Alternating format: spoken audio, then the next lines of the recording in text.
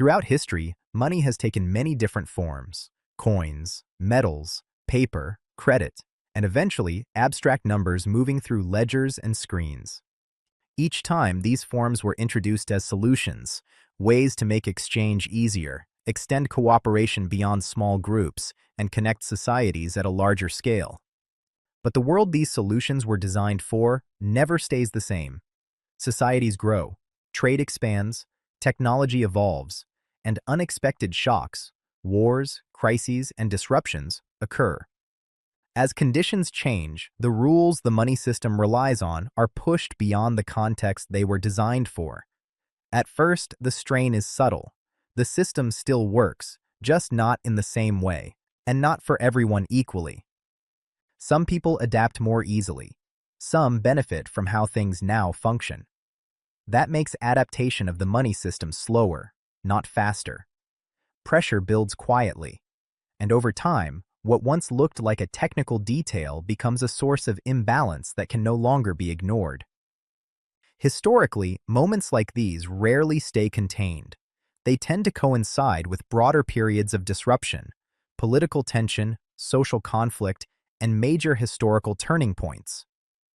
Anyone who studies monetary history will find that in many well-known historical events, from ancient conflicts to modern wars, money played a hidden but pivotal role beneath the surface.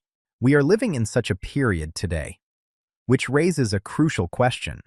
If money systems tend to change through crisis, how do we recognize the stage we're in? And what happens when a system can no longer adapt quietly? To answer that, we need to understand not just the history of money, but the pattern that keeps repeating beneath it. At the heart of every money system is a structural paradox. The world it operates in changes continuously, but the rules of the money system are designed for a particular context, one where conditions are relatively stable and predictable. That paradox matters. Money systems exist to provide trust, reliability, and coordination over long periods of time. They are not designed to change easily. As a result, adaptation is usually delayed, not because problems are invisible, but because changing a money system is costly, disruptive, and affects many interests at once. So pressure accumulates. Adjustments that might have been manageable early are postponed until they become unavoidable. Because adjustment cannot be continuous or painless, societies are eventually forced into a choice about how money should behave. Societies repeatedly face the same dilemma. They can design money to be disciplined, rule-based, constrained, and resistant to abuse. Or they can design it to be flexible, able to absorb shocks, finance emergencies, and adapt quickly to changing conditions. But no system can fully maximize both at the same time.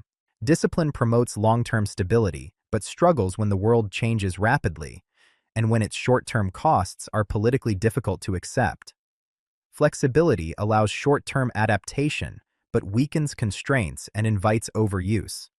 This is not an ideological choice, it is a structural trade-off, and it sits at the center of every monetary system ever built.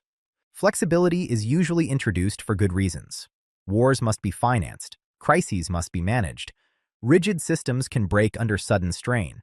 But once flexibility exists, the temptation to use it outside emergencies is strong.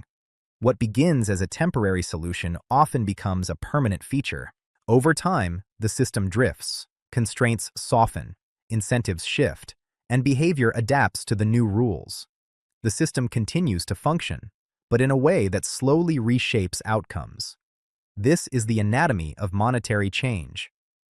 With that tension in mind, we can now look at how this cycle has played out repeatedly throughout history. At the disciplined end of the cycle, formal money is often barely necessary.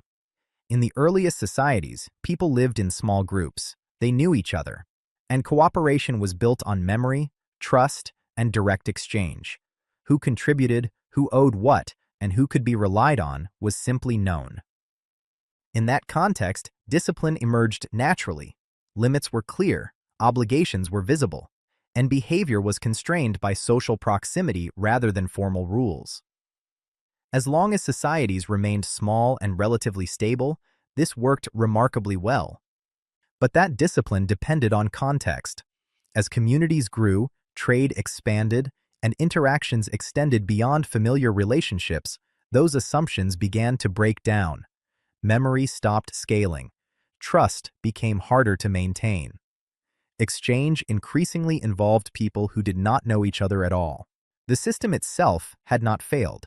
The world it was designed for had changed. Early forms of money emerged as a way to preserve discipline under these new conditions, not as abstract theory, but as a practical response to scale. Widely recognized commodities, metals, grain, or other scarce goods, become tools for recording obligations and settling exchanges beyond personal trust. These systems worked because they imposed limits. They were scarce, they were tangible, and they constrained behavior automatically. But once again, stability depended on context.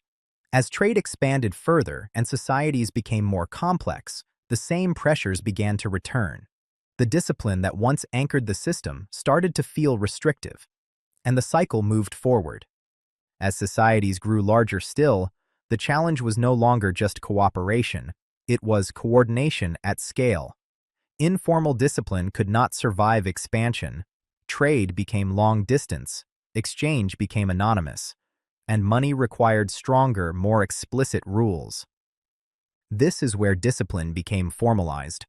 Coinage did not emerge simply as a technological improvement. It emerged as a way to preserve discipline when personal trust no longer worked. Stamped coins made limits visible and enforceable at scale. A coin was not just metal, it was a commitment. A promise that weight was fixed, purity was defined, and acceptance was guaranteed. That promise required authority.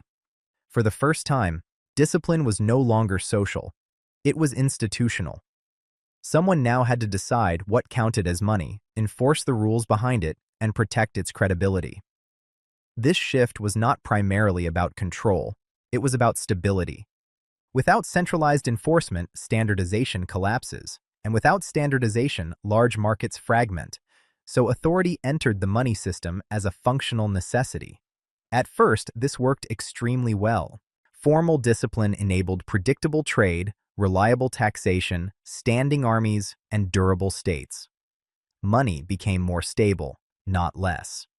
But stability came with a cost.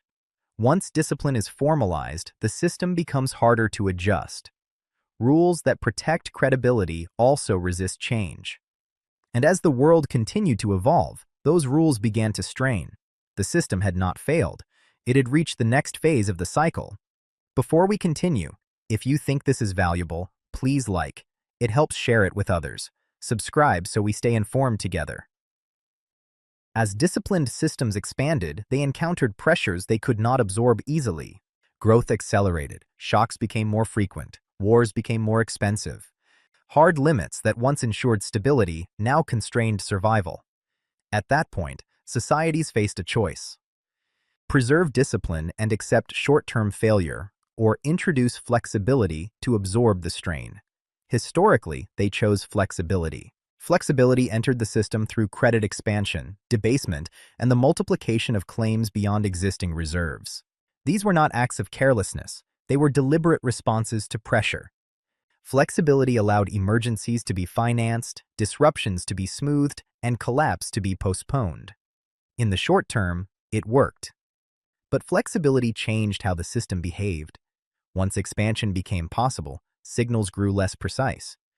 Constraints felt less binding, expectations adjusted. Emergency tools became routine tools. What was meant to absorb shocks slowly became a way to avoid difficult adjustments, and this is where drift begins. The system still appears stable, but stability is now maintained by expansion, not restraint. Each delay makes the eventual adjustment larger. By this stage, the system still appears stable, but many of its signals feel different. Rules that once felt firm seem negotiable. Emergency measures feel permanent, and outcomes increasingly depend on where you stand within the system. If this feels familiar, it's not accidental. It's how late-stage systems tend to behave. By this stage, the system is no longer obviously broken. It functions, but under different incentives than before. And this is the crucial point. Once flexibility is embedded, its effects are not evenly distributed. Some actors benefit from expansion, Others bear rising costs more gradually. Debtors gain relief. Asset holders see prices rise. Institutions adapt to the new normal. What matters is not intent, but alignment. The system begins to reward behaviors that depend on continued flexibility. Over time, those behaviors become embedded. This is why adjustment is delayed. Not because problems are invisible, but because correcting them creates losses. Restoring discipline means rewriting contracts, adjusting asset values, and resetting expectations. The longer adjustment is postponed, the larger and more concentrated those losses become, and the more resistance builds against change. There is another reason systems adjust late. Money systems are collective systems. They require coordination across governments, institutions, markets, and entire societies. Early correction demands agreement, sacrifice, and credibility. Crisis removes that coordination problem. It compresses time, it forces decisions that were previously avoidable, and it realigns incentives quickly enough to overcome resistance. When a system can no longer adapt quietly, adjustment stops being gradual and becomes unavoidable, spreading through society all at once instead of over time. This is why monetary systems tend to change through crisis, not because crisis is desired, not because policymakers are blind, but because large systems evolve through incentives, not intentions. Crisis becomes the reset mechanism. The key takeaway is this: monetary systems do not struggle because people stop caring about stability. They struggle because they are designed for a world that does not last, and because adapting them creates winners and losers long before crisis forces change. The longer adjustment is delayed, the more disruptive it becomes. This is why money repeatedly becomes a decisive force in moments of societal stress, shaping outcomes quietly at first and dramatically at the end.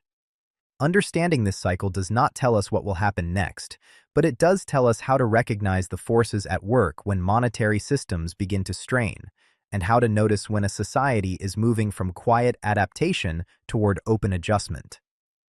And that understanding is essential if we want to understand how the world actually works.